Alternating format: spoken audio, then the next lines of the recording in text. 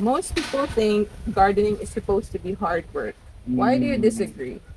Me personally, I'm a lazy gardener. I'm gonna go ahead and say that right now. Most of what I grow, I plant it once and then I'll harvest it forever. I'll give some examples.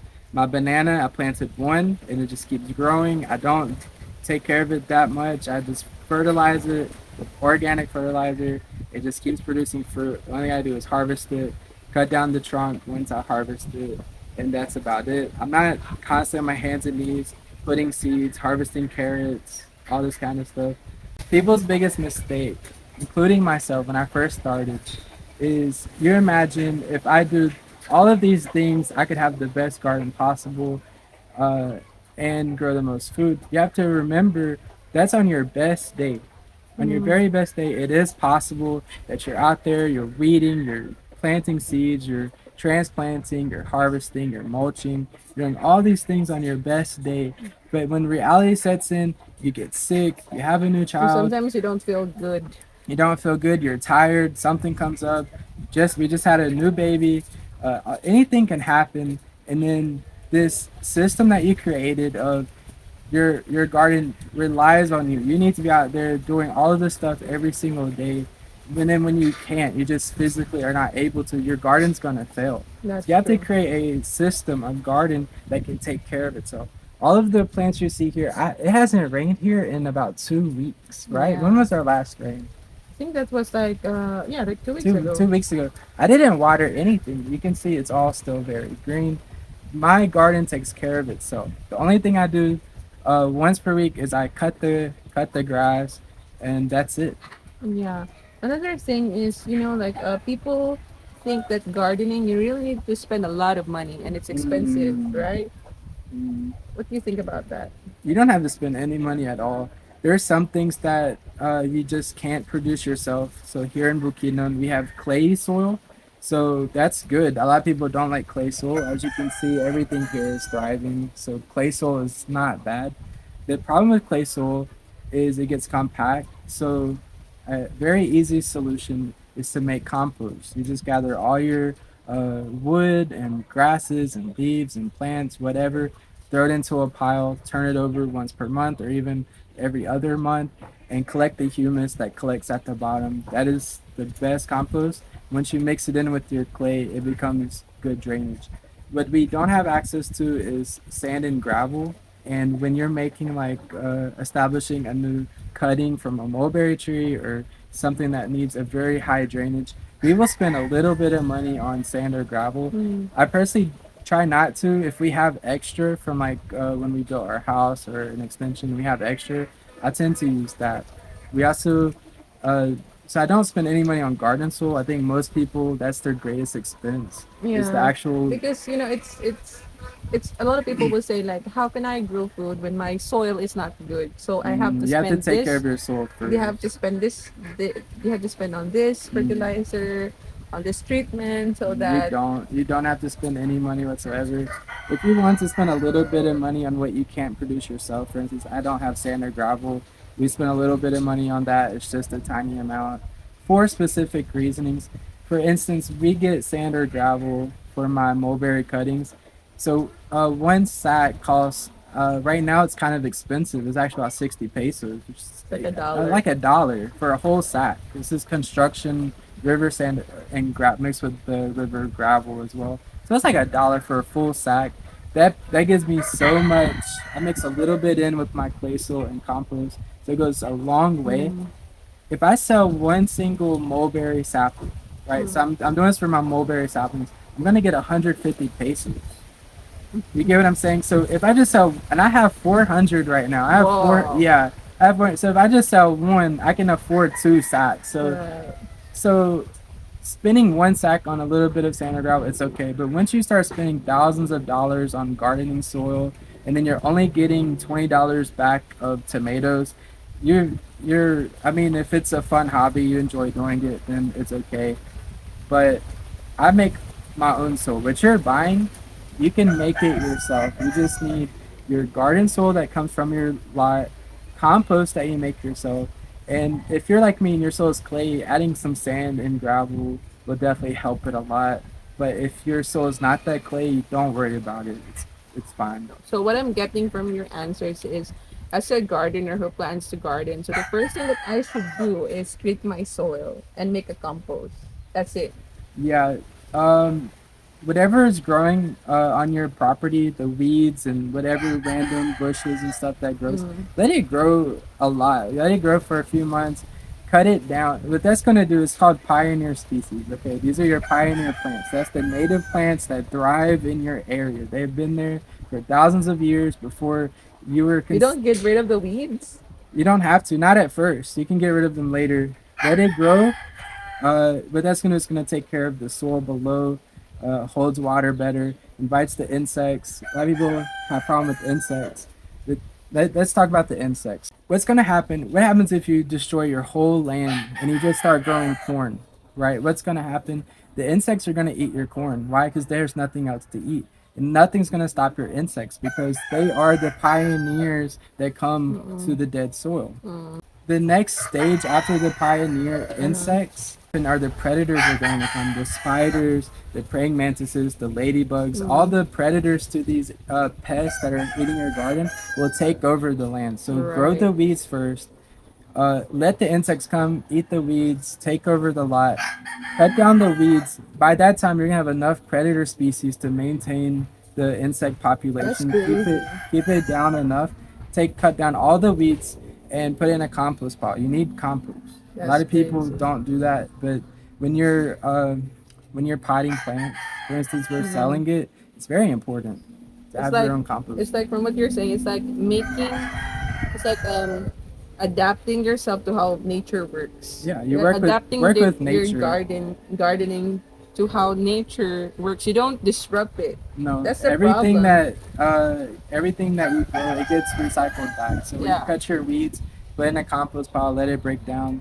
And I say cut it down, cut it this deep. Don't cut it Right. down to the bare earth. Right. If you want to remove a little bit here and there just to plant something else, that's fine. But don't destroy the Right. whole land. So with that idea, we're learning something today. With that, the next question is, so because your philosophy is so different from the traditional way of gardening, so Oh what is wait, your philosophy exactly? I will say And how do you this. garden I will differently? say this. My gardening is called what we call it is natural farming or natural gardening. People have been doing this for tens of thousands of years. They didn't have insecticide, fungicide. They used what they had available. The modern era that we're in right now are the ones who have changed farming. They decided we're going to destroy the land, and then we have an insect problem, right? Like I said, the pioneer insects are going to eat all your stuff. You don't have any predators yet. The predators come after the pioneers. So there's all kinds of issues with this new modern era. So this philosophy is actually going back to our ancestors who were doing it right the first time. When you buy a sapling, let's say a mulberry sapling, I love mulberry, and it's producing a ton of fruit. That's tens of thousands of years of people naturally selective breeding, getting the most fruit. So don't be too proud. Oh, I'm growing a lot of fruit. That's their hard work, and you're getting the benefit from that. Right. Gardening in this era, it's because of more of the industrialization and Hmm. also the capitalism. Like Hmm. people, this capitalism, they want to earn money, so they want to create solutions which we don't really need, right? Well, actually, I'm gonna say this. I love farmers because they are producing the food that we're eating. Let's say a farmer tills the earth to grow corn. There is reasoning for what they're doing. When they till the earth, they're bringing air back. The nutrients that are deep below, they're bringing it up to grow the corn, and they're mass producing fruit. Corn is technically a fruit. They're mass producing fruit that we're all eating, we're all enjoying, and it's much slower. So I love the farmers. I personally have my own way of doing it uh, because it's just not good for the environment. We've lost so many insects. I remember when I was a kid, there's whenever we were driving in our car, there's insects that are hit the windshield all over the time, and now you don't see that anymore. Yeah, I noticed that We used too. to have birds that are constantly all over the place chirping, and you don't see the birds anymore. You don't. There's all kinds of things that the road has changed with this modern era Mm. of farming because we've really disrupted the earth in such a bad way. So my personal opinion, whatever earth we've destroyed and turned into farmland, don't just keep doing it there. Okay, you Mm, want to farm corn here, you want to destroy the earth here, keep it there. Don't keep expanding out, destroying more forests. We can't stop growing corn. We mm, can't stop this. If you do that, it's gonna mess up the entire what we're going through right now. It's gonna mess everything up. But if you can afford to buy a land that's destroyed and rebuild it, doing a food forest style, then do it. You're gonna help the earth in such a way. right. So I noticed you mentioned about the your different way of gardening, Hmm. right? Your different way of thinking how nature works. Hmm. So, and I know that you're also writing a book. Yeah. My husband is writing a book about the systems of gardening. Yeah, I think in systems, and I'm trying to teach others how to Right, create their own right. system. So, what does that mean in the context of gardening? It really depends where you're located. If you're in like a cold area where things don't grow in the winter, you're gonna have to create a system where you allow the weeds to grow or grow. Mm, You can grow anything you want that grows over the winter. A lot of people do nitrogen fixers. They throw seeds out. It fixes nitrogen from the air. Then when it's springtime, they cut it down to grow their food.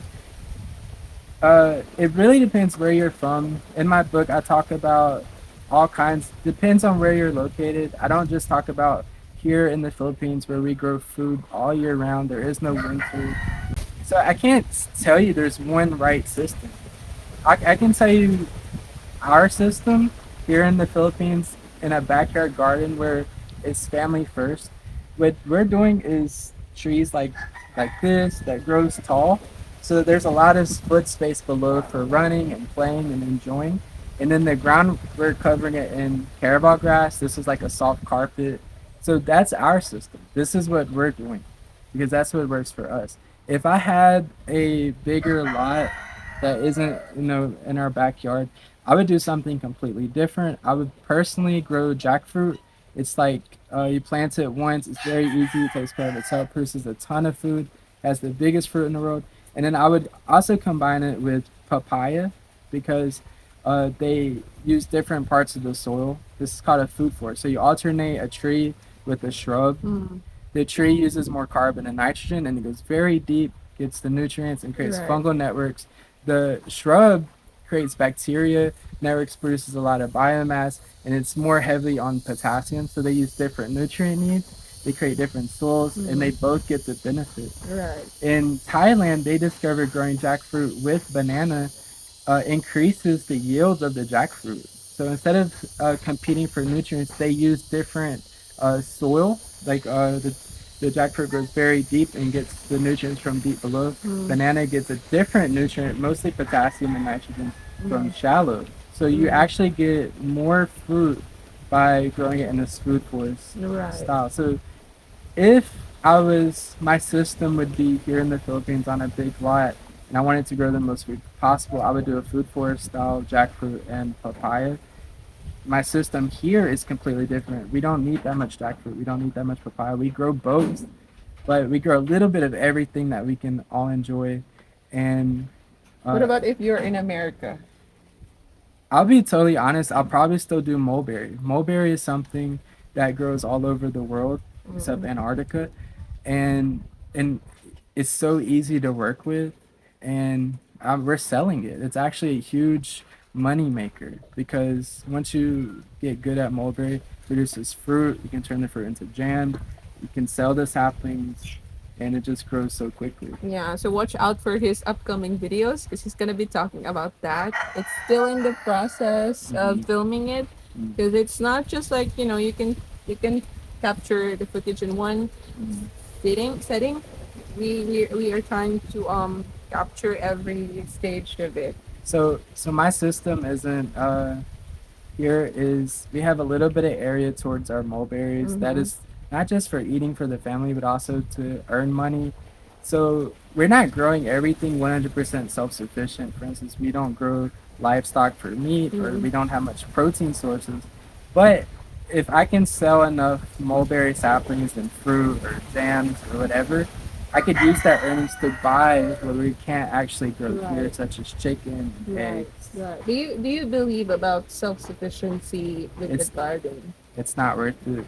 But it's possible. It's possible, but it's not worth it. It's much easier to grow what grows well in your area and then Mm. trade it to somebody else who's growing what you need, But or sell it for money and then buy what you need. but if something grows in your area easily, Grow that grow that. and sell it or trade it Hmm. Makes sense. for what you can't. For Right. instance, we don't grow chickens, but we eat chickens. So Okay. Why should someone who isn't into gardening or garden care should should care about this? should just why is someone who doesn't care about gardening, why should they care about Yeah. gardening? Um if you don't care about gardening, then nobody's forcing you to garden. You can work 9 to 5 or more than that. I used to work 72 hours per week and just buy what you need. Uh, Me personally, that I didn't enjoy that at all. We are collecting our own rainwater. We are growing our own food and enjoying life. I only really garden from on most days, maybe between 5:30 a.m. until 7 a.m. because here in the Philippines it's just too hot.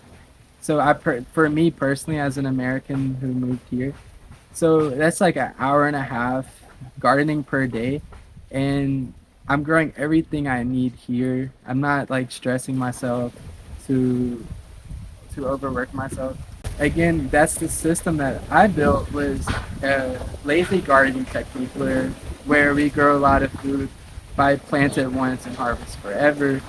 Uh, It depends on your goals. yeah, Right. so all you have to do is buy a sapling. We paid about $3 for our single mulberry tree. I propagated it into 430 cuttings That's that I can crazy. sell for $3 each. That's crazy. And all I did was put the sapling in the ground and waited 1 year. But you can do that differently if you're in America. I would Right. probably do the same Or you thing. can earn a lot of money. Like I said, if you're only in the garden 30 minutes to an hour per day, you can still go work. You don't have to be a full-time gardener. If you don't like gardening, buy a sapling, put it in the ground and watch it transform.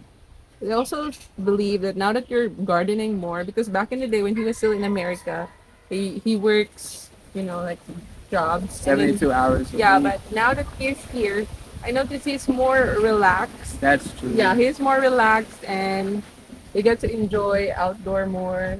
Gardening for me is like it's like a therapy. Like when you go out and you just get the sunlight, that's a therapy. The fresh air is a free therapy. Looking at your plants and watching it grow, it makes you feel good and it's relaxing. You're Uh, not listening to a manager telling you what to do. You're just simply, It's like an outlet. yeah, it's an outlet. So my stress levels between working 72 hours a week to doing what I'm doing now is I mean, I don't have stress anymore.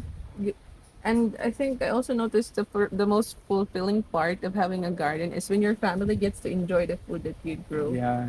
right? Hmm. Like when I was pregnant, he would get mulberries. 'Cause during that time, our mulberry was fruiting so much that every morning he would pick the ripe ones and he would give it to me, Hmm. right? And we don't have to pay for it. It's available. Actually, our variety of mulberry, the common Philippine variety, it can actually fruit all year round endlessly when you learn how to prune it a special technique. You learn how to prune it. The first year you can't do that. It needs to get enough energy and nutrients stored before it can really start producing like that. But this next coming year now, we're gonna have endless mulberries that we can eat every single day. So let's wrap this episode up. So Okay. what would you like to share to other where they can reach you and what are the things that you're working on right now? If you want to reach me, you can just comment on any of my videos. I reply to all of my comments. What was the other part of the question? What your audience should look forward to in the future? Um, Series one of my content and all the content I've been working on until now has been growing the most food possible in a small space.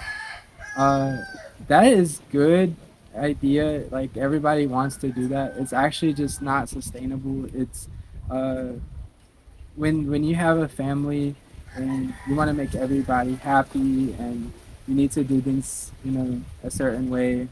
You can't really take up the whole backyard just growing food.